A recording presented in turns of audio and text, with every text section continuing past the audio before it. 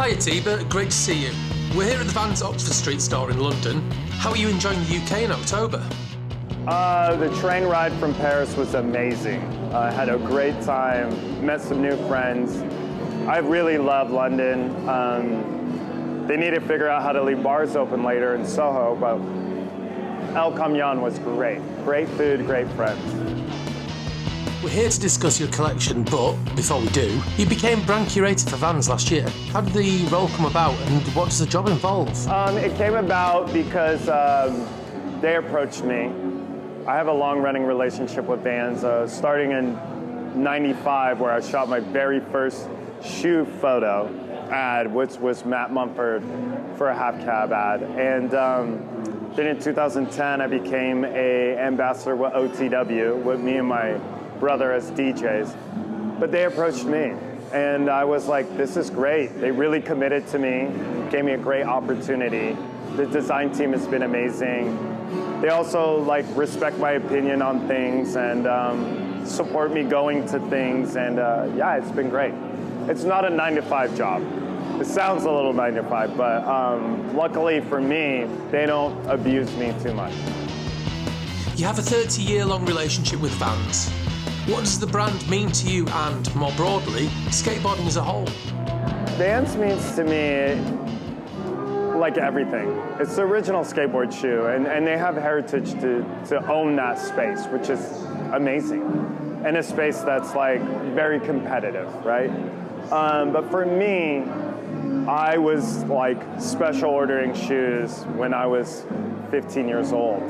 We'd make a $5 deposit, and you would go through a booklet and pick your materials. I remember designing my first Chuckaboo when I was 15. There are various classic silhouettes throughout the collection, including the half cab and the old school. What was behind your decision to pick these models? I mean, they were all something that I love. Old school is a shoe that I absolutely love. The half cab waffle cup was honestly, they approached me with that one, and I was like, of course.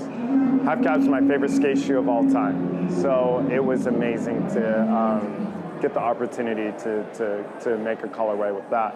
And then this one was amazing because the technology on this was I wanted an all-over photo print shoe. So shout out to the OTW team and Dylan for making that happen. You've been responsible for capturing so many seminal moments in skateboarding history. How much pressure do you feel from the responsibility? I would say the pressure that I put on myself is to make the photo look better than real life. And I'm not perfect. I only see what I can improve in my photos. But that's lessons, right? And that's what I love about photography is you can look at something and learn from it. From Jeremy Klein's Transworld in '96 to Jocelyn's Tray in the latest Thrasher, which cover stands out to you most from your resume? I'm gonna say Tyshawn Jones kickflip of the train tracks. It's the one time I was like, that's a perfect photo. But Jocelyn's tray flip is absolutely fucking insane. That was wild. Shout out to Burnett for pushing me to shoot fisheye. But I've never looked at a photo in slow-mo like I looked at that. So. You shot a heat slip slide down El Toro. You've been there since the very beginning. Does it ever become any less daunting, or is it still every bit as crazy in 2025? More intense in 2025. I was driving there being like, I don't want to see someone get seriously hurt. It's the difference between 4 stairs, because the standard is Hollywood 16 versus El Toro. 4 stairs makes a huge difference. I don't even want to go back. I'm good. Your career extends way beyond skateboarding, from work with musical artists to legendary sports stars. What prompted you to venture outside of skating?